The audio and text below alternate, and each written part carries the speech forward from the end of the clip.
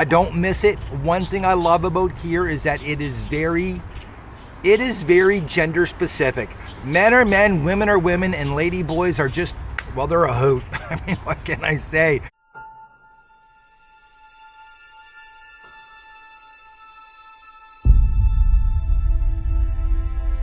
Why, hello there, and welcome back to Not Only Surviving But Thriving Living in Thailand. Welcome back to Life Lessons with Dr. Mark Sabian. Welcome back to quite possibly the dumbest, and if you choose option number 2, quite possibly the longest thing you're going to watch today outside of a football game. Guys, listen, I know this video seems long, so what I've done is I've broken it down into 2 separate versions.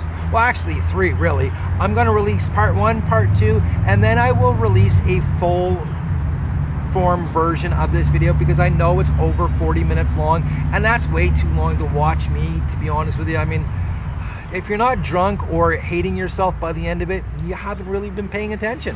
So guys, there were many reasons why I left North America. I wanted to get out of the rat race. I was tired of working. I wasn't lazy, I was just tired of working. I was tired of spending every single minute chasing dollars. I was not happy with the way the political situation was going. The cost of living was skyrocketing while I was there. After I left, oh my God, the inflation exploded, and now it's got to the point that you have to be a Rockefeller just to be able to afford a hot dog. So that, along with the people, the climate, guys, there were so many reasons why I chose to move to Thailand. Here are some of the most important reasons why I picked Thailand as my new home. And I'm sure that a lot of these will resonate with you guys, and maybe you'll get something new from this video. Again, I do apologize. I know it's long, but I did break it up into a couple of versions so that if you only want to watch 20 minutes today, 20 minutes tomorrow, it's going to work out well for you. Either way you watch it, guys, I really appreciate everyone that does watch. If you get anything out of this video, please hit subscribe. Leave a comment, give me a like. You know what? It goes a long way to supporting the channel, and I truly appreciate that, guys. So I'm going to jump right in and tell you why I chose Thailand as my new home. If there's one thing I hate, it's being cold. And quite honestly, I'll never be cold again in my life. That is one of the things that drew me here to Thailand and Southeast Asia in general, is the fact that, yeah, it never snows, it never gets cold. Yes, if you go up to Chiang Rai in the mountains, it gets a little brisk in the morning, but quite honestly, anytime I've been there, I'm still in shorts, flip-flops, possibly a hoodie, but that's about it. Down in Phuket, it's a tropical paradise. Yes, I bitch, moan, and complain about rainy season, but quite honestly, I'll take 5 minutes of this just so you fully understand, everything is more intense here. Over 5 months of snow any day of the week. I hate being cold, and yeah, I'll never be cold again. Not, at least not here. I promise you that much. So yeah, quite honestly, that's always been a driving force of me getting out of Canada, was being able to move somewhere where it was warm all the time. At first I thought it was Mexico. I thought I was going to go down there, become a bar baron, you know, be like Tom Cruise in Cocktail. Never happened, to be honest with you. And I'm kind of glad that it didn't, because most likely I would have been killed by a cartel by now. So instead I came to a tropical paradise halfway around the world, and I love the island life. I really do. It can never possibly be too hot for me. I don't care how hot it is out. I'll find an ice cold refreshing beverage somewhere on a beach, jump in the water, cool down a bit, and just keep on living my best life possible. Yeah, love, love, love the weather. Quite honestly, this confuses the absolute shit out of me. I'm gonna be straight up with you. I remember the first time I was reading an article where the author was using someone's preferred pronouns, and I had to go back and read the article. I'm going to say 5 or 6 times before I fully understood that I wasn't drunk and the author was not a complete idiot. because I don't get this whole they them thing. I honestly don't get it. Look, one thing I love about Thailand is that you don't have to be politically correct here. If I was making these videos back in Canada, I would be canceled quicker than Kanye at a Hanukkah festival. I mean, honestly, it's beyond belief. Listen, I call every woman dear. That's just what I do. Even the lady boys, I call them dear because they want to be identified as a woman or as a lady boy. This whole they them thing, I'm going to be straight up with you. I had one client back in Canada who preferred that I referred to them as they, and I just couldn't get a grasp on it, and I wound up referring them to an agent who was a little bit more, I guess, woke than I am. I don't miss it. One thing I love about here is that it is very gender specific. Men are men, women are women, and lady boys are just, well, they're a hoot. I mean, what can I say? So yeah, that's one thing that I definitely don't miss about North America, is that whole pronoun bullshit thing. Oh my. Now, I do joke all of the time about, oh, I hate the cold, blah, blah, blah, blah, blah. But if I'm being completely honest, the number one reason why I chose Thailand when I left North America and Canada was cost of living and affordability. Look, at the end of the day, it always comes down to how much money do we have, how do we want to live our life, and what standard of living and what quality of life are we willing to accept. And for me, Thailand is the perfect place to live because my money will last me the rest of my life. It doesn't matter what I do, where I go, how many vacations I take, quite honestly, unless I go and buy something absolutely stupid, like a Ferrari or something like that, which by the way costs 4 times as much here in Thailand as it does anyplace else in the world because of the import taxes, I'm going to be perfectly fine. I am doing a video about finances, about my finances, trying to be as open and honest with you guys as I possibly can be and show you guys how you can do the same thing that I'm doing.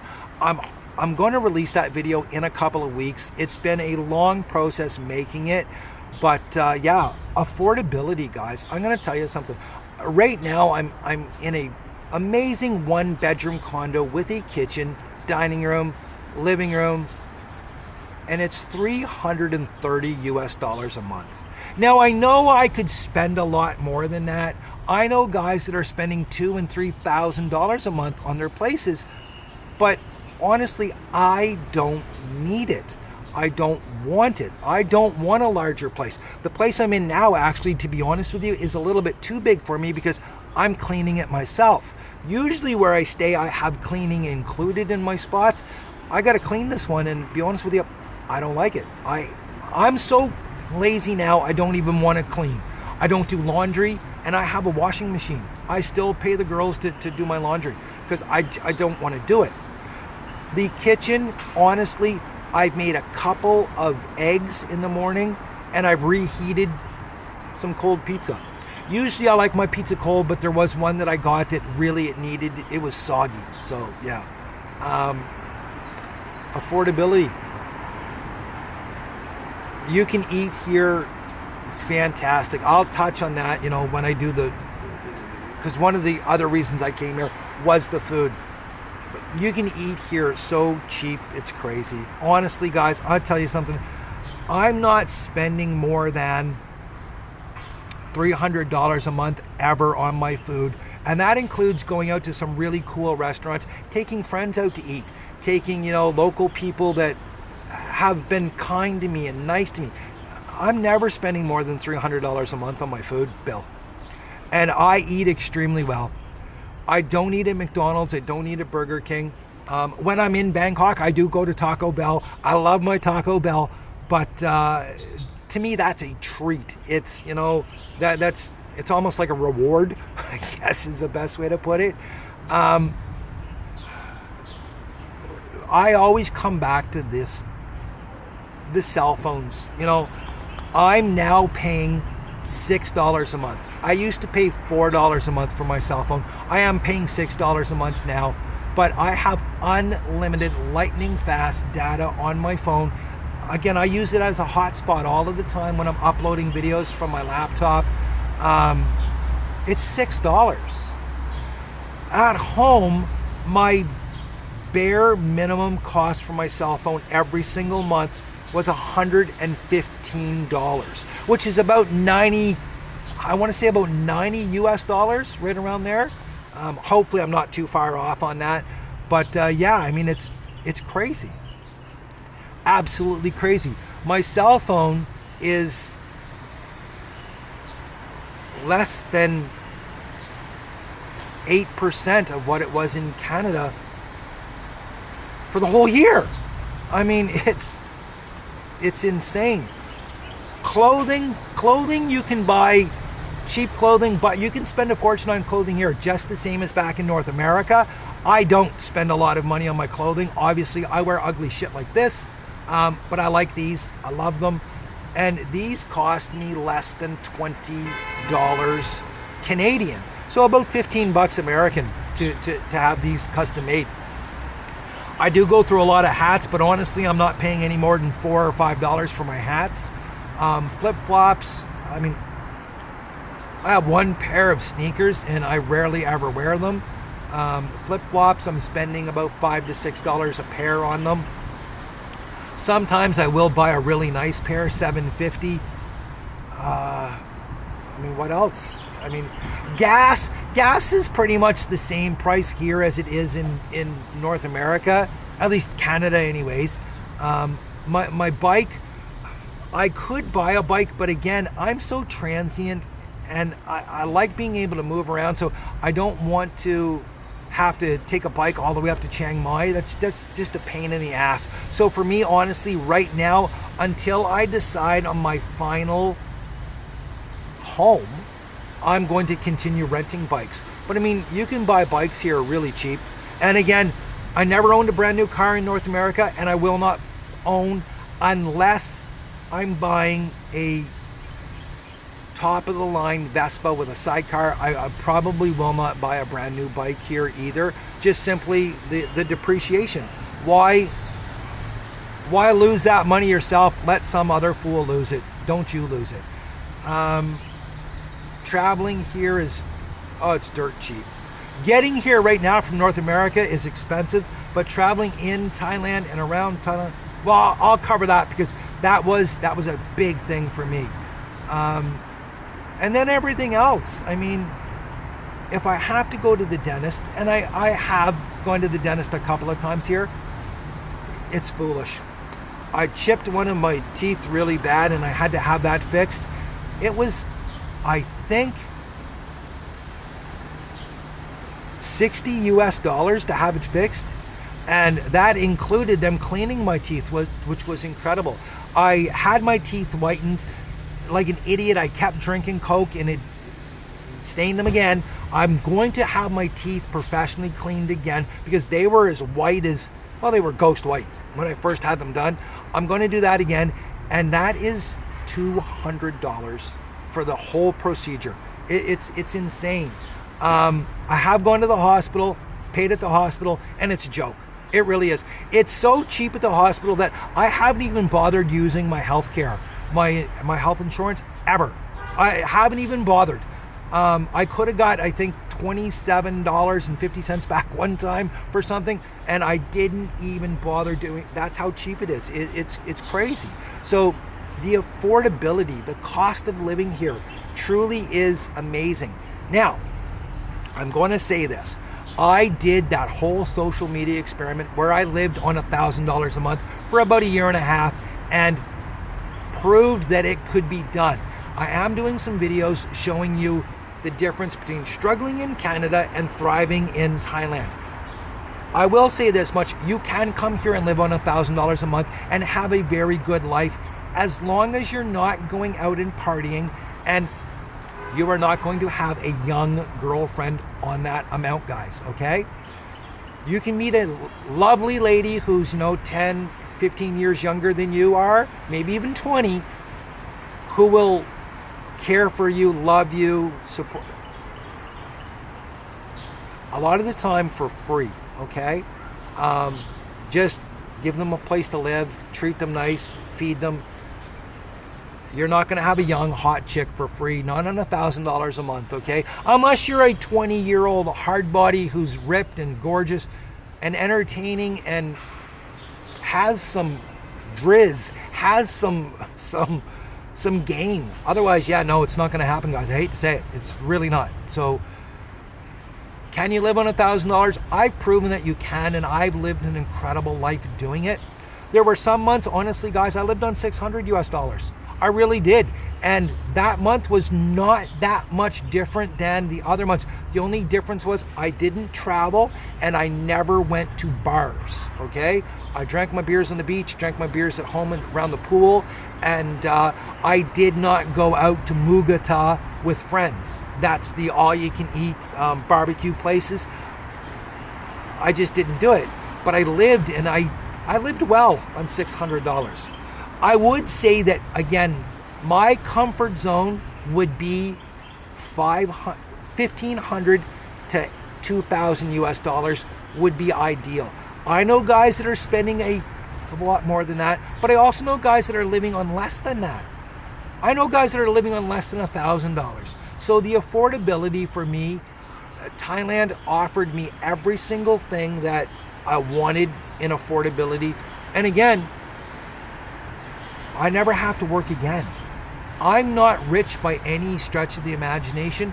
I have more than, 95% of people in the world, but I'm not rich. But I know this much, I'll never have to work again, and I can pretty much do whatever I want. And I will be doing a video about that, and it's essentially going to be the difference between you money and whatever you want money. Anyways, yeah, affordability was huge for me. It really was. Thailand is as expensive as you want it to be.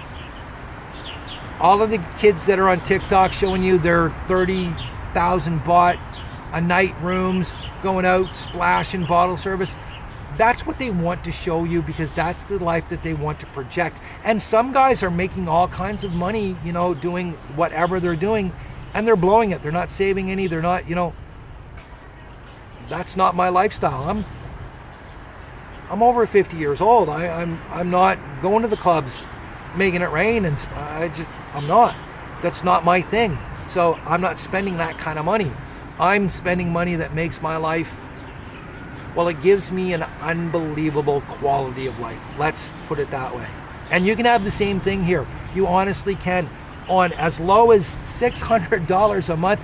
If that's all you have, I promise you this much. Your life in Thailand will be 10 times, 20 times better than any place else in the world if all you have is $600 a month. If you have $1,000 a month, it's going to be substantially better. If you have $2,000 a month, wow, you wouldn't believe the life that you can have here. It will absolutely blow your mind how incredible you can live here on so little, especially compared to the West.